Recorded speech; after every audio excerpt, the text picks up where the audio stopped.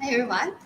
In this video, we are going to do a quick interpretation of salary information.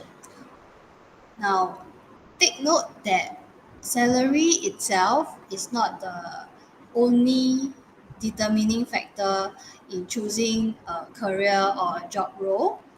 Uh, the information provided by newspaper articles or employment agencies to help you have a better understanding of the remuneration package, but there are other staff benefits that might not be published on company websites, and most of the jobs will only share the full package with you after the interview when they are providing you with the job offer.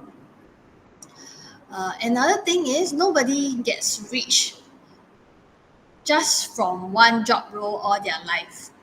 A lot of students ask me what is the job that or industry that can give them the highest salary or earn the most money fastest.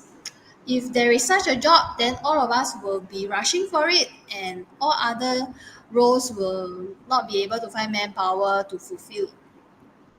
Wealth accumulation really depends not just on your only income, but can be through your investments, your side hustles, saving and budgeting your expenses, and knowing how to use credit cards as well as different financial plans such as your insurance or even utilizing coupons or tapping on different schemes to help you in your expenses.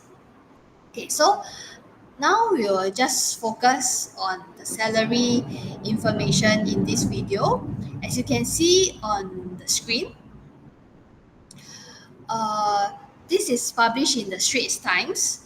They showed or listed down the salary range for the different job clusters for 3 consecutive years from 2002 to 2004. This table helps you to not just compare individually within the cluster but also across different sectors. If we take a look at 2004, which is which is the most recent data as of now, at one look, you might see the highest paying job could be in technology, ICT, as well as engineering. But if you look at these two sectors across the last 2 or 3 years, the increase hasn't been much, or rather quite stagnant. If you take a look at other industries, for example, humanities, the built environment, even though they might not be as high as ICT or engineering, their increase over the last 3 years has been maybe $100 or $200 more every year. So what does this mean?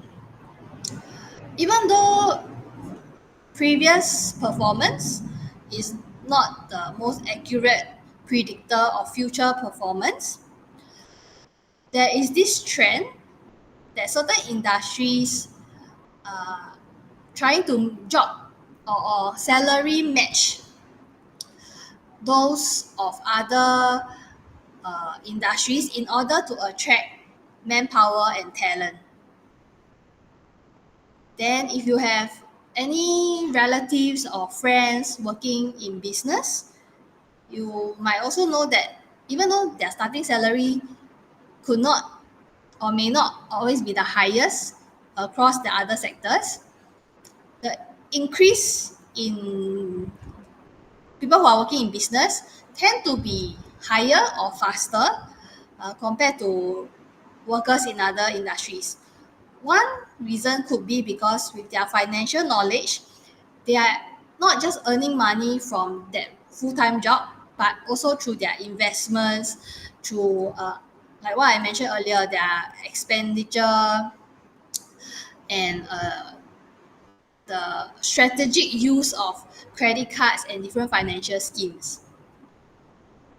So, salary information on its own, uh, do not take it as the sole predictor of whether you should apply for a job and whether this job will continuously keep paying you well enough, because some of them could be dependent on economic trends and politics, even politics, as well as technological advances. So there are many variables involved in salary, and this is how you should interpret information like that.